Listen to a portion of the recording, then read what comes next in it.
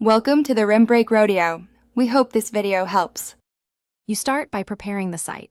Make sure all-in-one WP migration is active and you have enough storage and server upload limits.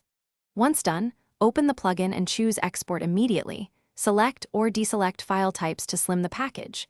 You should do this because excluding large caches or unused media reduces transfer time and risk. After selecting options, click Export to File and wait for the WPress package. Make sure the file completes without errors before moving on. You now transfer and import the package to the destination site. First, install all-in-one WP migration there and verify PHP upload max file size and post max size meet or exceed the package size.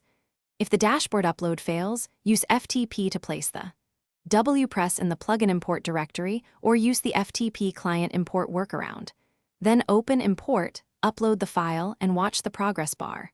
When prompted, confirm that you want to overwrite the existing site, because this will replace content, users, and settings.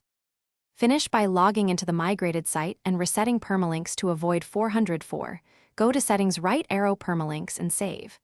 You should verify themes, plugins, uploads, and menus to ensure everything functions as expected. If you find broken links or images, run a search and replace for the old URL. If the import fails or times out, increase PHP limits, upload max file size, max execution time, use chunked uploads, or import via FTP. These steps resolve most. Thanks for watching. Consider subscribing if we helped you.